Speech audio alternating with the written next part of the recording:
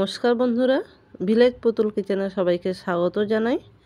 আজ আমি আপনাদের সঙ্গে নিরামিষ রেসিপি শেয়ার করব। আজ আমি আপনাদের সঙ্গে সয়াবিনের মালাইকারি রেসিপি শেয়ার করব।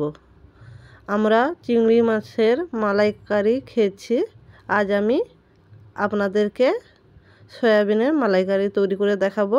তার জন্য প্রথমে আমি জলে লবণ দিয়ে সয়াবিন সেদ্ধ করে নিয়েছি।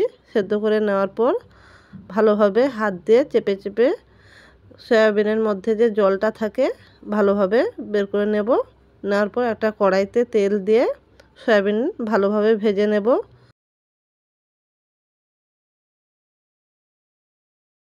সয়াবিন ভাজার সময় আমাদের অনেকে যেটা সমস্যা হয়, কড়াইতে সয়াবিন লেগে যায়, কিন্তু ভালোভাবে তেল গরম করে সয়াবিন ভাজলে সেই সমস্যাটা আর হবে না। আমি ভাজার সময় হলুদ দিয়ে ভালোভাবে সয়াবিন ভেজে তুলে নিচ্ছি। এরপর কড়াইতে তেল ভালোভাবে গরম করে নেওয়ার পর দিয়ে দিচ্ছি কালো জিরে, আদা বাটা, সঙ্গে হলুদ গুঁড়ো। আদা ভাজার সময় যদি হলুদ গুঁড়ো দিয়ে দিই তাহলে তেল আর ঠিক হবে না।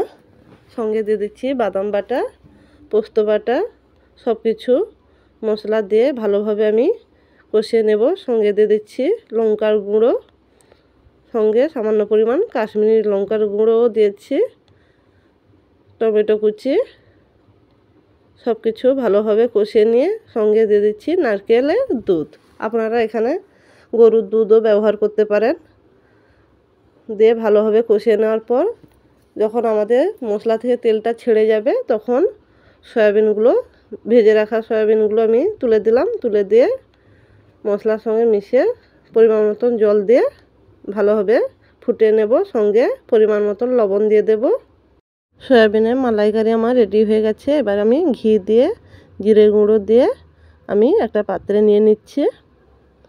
নিরামিষের রেসিপি আপনাদের কেমন লাগলো অবশ্যই কমেন্ট করে জানাবেন। আর নিরামিষ যেদিন আমাদের রান্না থাকে সেদিন আমাদের এই রেসিপিটি অনেক কাজে লাগবে।